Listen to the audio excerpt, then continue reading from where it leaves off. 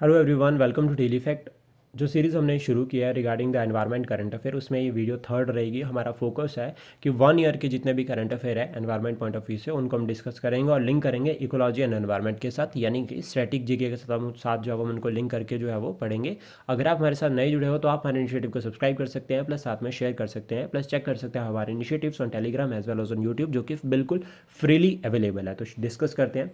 सबसे पहले जो आज का हमारा टॉपिक रहेगा that is regarding the nationally determined goals या कंट्रीब्यूशंस। ठीक है, अगर हम बात करें तो इसको एस्टेब्लिश किया गया है पेरिस एग्रीमेंट में। पेरिस एग्रीमेंट कब हुआ था? 2015 में। COP21 जो है वो हुई थी, वहाँ पर जो है भारत ने भी पार्टिसिपेट किया था, तब जो है वो इनको अडॉप्ट किया गया। अब यहाँ पे टारगेट किया गया है कि हर एक मतलब जो भी कंट्रीज़ का पार्ट है उसको एस्टेब्लिश करने पड़ेंगे NDCs, ठीक है, nationally determined contributions, and update करते रहना पड़ेगा हर 5 साल में।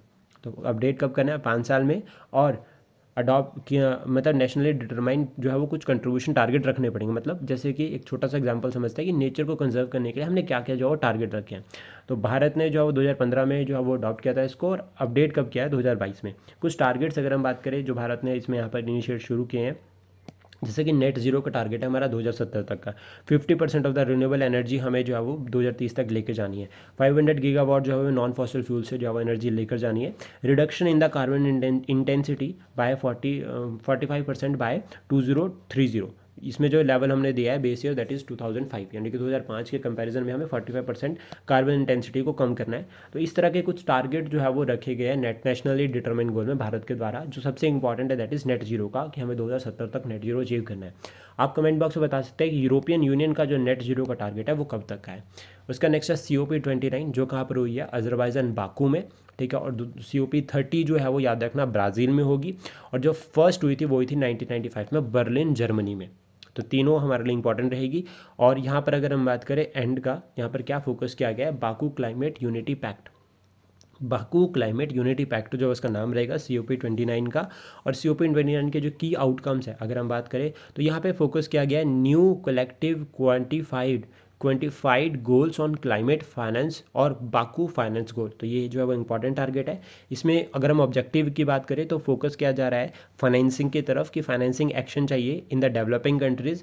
ठीक है, और यहाँ पर ये कोशिश की गई है effort to mobilize $1.3 trillion annually by 2035। ये कोशिश की गई है कहाँ से? पब्लिक और प्राइवेट सेक्टर से इतना फंड कलेक्ट किया जाएगा डेवलपिंग कंट्रीज़ के लिए, जो कि एनवायरनमेंट, जो कि अगर क्लाइमेट चेंज के पॉइंट ऑफ व्यू से अगर हम बात करें तो इफेक्ट हो रही है। उसके बाद यहाँ पर ये कहा गया है कि फाइनलाइज किया गया rules for the article 6 related to the Paris agreement. तो पेरिस एग्रीमेंट का जो आर्टिकल 6 है जो लिंक करता है कार्बन मार्केट के साथ, इंटरनेशनल कार्बन मार्केट के साथ, उसके लिए रूल्स को जो है वो फाइनलाइज किया गया। तो याद रखना आर्टिकल 6 से भी क्वेश्चन बन सकता है। आर्टिकल 6 जो है वो किससे लिंक करता है? पेरिस एग्रीमेंट का। उसके बाद यहाँ पे फोकस किया है ग्लोबल क्लाइमेट की तरफ, कि हमें ट्रांसपेरेंसी, और यहाँ पर ये कहा गया है कि ट्रांसपेरेंट फ्रेमवर्क को एनहांस करना है। ठीक है, तो ग्लोबल क्लाइमेट के पॉइंट ऑफ व्यू से अगर हम बात करें तो ग्लोबल क्लाइमेट चेंज जिस तरह से जो है वो इफेक्ट कर रहा है, तो यहाँ पर ट्रांसपेरेंट फ्रेमवर्क की बात की गई है। प्लस साथ में यहाँ पर एक्सटेंड किया गया लाइम वर्क प्रोग्राम को on gender and climate change for 10 years. Lime work programme की अगर हम बात करें ऑन जेंडर, तो इसको एस्टेब्लिश किया गया है COP14 में 2015। तो अभी इसको एक्सटेंशन मिल गई है 10 साल की और। ठीक है, तो ये भी याद रखना। देन इसके बाद आपको जो इंपॉर्टेंट रहेगा मतलब एग्जाम पॉइंट ऑफ व्यू से that is UNFCCC triple C sorry United Nation framework convention on climate change, UNFCCC। इसको एस्टेब्लिश किया गया 1992 में, काम करना शुरू किया इसने 1994। अब देखो, इससे पहले हमने बात करी थी सबसे पहले रामसर कन्वेंशन की। तो रामसर कन्वेंशन बना था 1971 में, काम करना शुरू किया 1975। ठीक है, साइट्स की अगर हम बात करें तो ड्राफ्ट किया था 1963 में, काम करना शुरू किया 1975। इंपॉर्टेंट रहेगा। देन हम बात करें UNFCCC की, जो बना है 1992 में, इसने काम करना शुरू किया 1994 से। और 1994 में फर्स्ट CBD भी हुआ था। ठीक है, जो भी इंपॉर्टेंट रहेगा।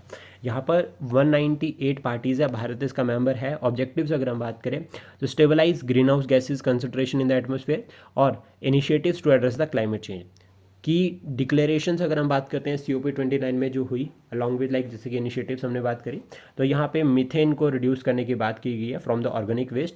और ग्लोबल मीथेन प्लेज हमने कब ली थी? COP26 में। तो COP26 कहाँ पर हुई थी ये आप कमेंट बॉक्स में बता सकते हैं।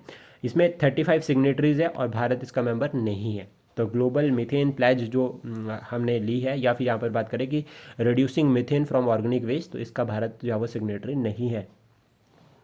देन उसका नेक्स्ट है global energy storage and grid pledge, COP29 में इसको जो है वो इनिशिएट किया गया।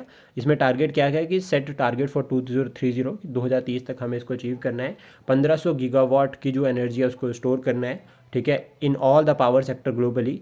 और ग्रीन एनर्जी प्लेज, ये भी यहाँ पर एक इनिशिएटिव शुरू किया है, ग्रीन एनर्जी जोन्स और कॉरिडोर जो है वो यहाँ पर भी जो है वो इनिशिएट किए गए हैं, ठीक है। तो कॉरिडोर कॉइन्स जो ये भी आपको याद रखना है, COP29 सॉरी, कॉरिडोर ये भी जो COP29 में शुरू किया। देखो green energy pledge, green energy zones और कॉरिडोर जोन्स, ये तीन जो है वो इनिशिएटिव है जो कि शुरू किए गए हैं मेनली COP29 के अंडर। एग्जाम में क्वेश्चन इसी तरह से आता है। हाइड्रोजन डिक्लेरेशन के पॉइंट ऑफ से अगर हम बात करें COP29 में, तो यहाँ पर कहा गया है कि ये जो है वो नॉन लीगली बाइंडिंग डॉक्यूमेंट है। इसमें टारगेट किया गया है एक्सेलरेट करना production and the use of clean hydrogen, तो क्लीन हाइड्रोजन की तरफ यहाँ पर फोकस किया जा रहा है। उसके बाद नेक्स्ट जो आता है that is declaration on forest, इसमें ही जो इनिशिएटिव आ रहा है declaration on green digital forest, digital action sorry, ये जो है वो COP29 में है। और इसमें टारगेट किया गया है कि डिजिटल डिवाइड को जो ब्रिज किया जाएगा, हार्नेस किया जाएगा डिजिटल टेक्नोलॉजी को टू एक्सेलरेट क्लाइमेट चेंज। और क्लाइमेट चेंज के रिगार्डिंग फिर यहाँ पर जो है डिजिटल टेक्नोलॉजी को अगर हम इन्वॉल्व कर रहे हैं तो हम इसको एज ए एग्जाम्पल लिख सकते हैं AI में भी, कि AI को भी जो है इम्प्लीमेंट किया जा सकता है हम क्लाइमेट चेंज के रिगार्डिंग। प्लस यहाँ पर फोकस किया जा रहा है सस्टेनेबल डेवलपमेंट की तरफ। COP29 में एक और पॉइंट आता है, इन्होंने और हाईलाइट किया है कि $6.3 से लेकर 6.7 ट्रिलियन इन्वेस्टमेंट जो हर साल चाहिए 2030 तक, ताकि जो क्लाइमेट चेंज का एक्शन है हम इसको एड्रेस कर सकें।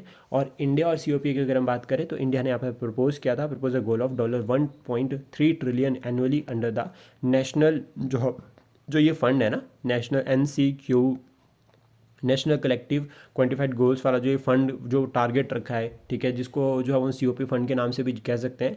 तो उसमें जो है वो ये बाकू फंड, ठीक है, फाइनेंस के लिए, तो उसमें जो है वो भारत ने कहा है कि $1.3 ट्रिलियन की इन्वेस्टमेंट हो सकती है।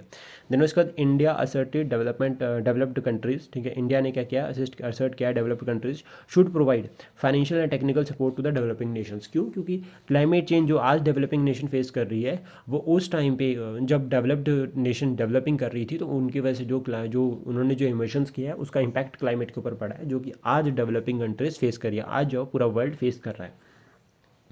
प्लस साथ में भारत ने ये भी कहा है कि फोकस करना चाहिए सोलर एनर्जी की तरफ, जिसके रिगार्डिंग अगर हम बात करें तो इंटरनेशनल सोलर अलायंस हमारा इनिशिएटिव है जो कि हमने 2015 में अडॉप्ट किया था। ट्रॉपिक ऑफ कैंसर और ट्रॉपिक ऑफ कैप्रिकॉन के बीच में जितनी भी जो नेशंस आते हैं, ठीक है, उन सभी को यहाँ पर इन्वाइट किया गया कि वो सभी इसका मेंबर बने। और कितने टोटल मेंबर्स हैं ये आप कमेंट बॉक्स में बता सकते हैं। प्लस साथ में sustainable development, renewable sources platform की तरफ फोकस किया और क्लाइमेट फंडिंग। आई होप ये कंटेंट आपको अच्छा लगा हो। Thank you, please support, share and subscribe daily fact.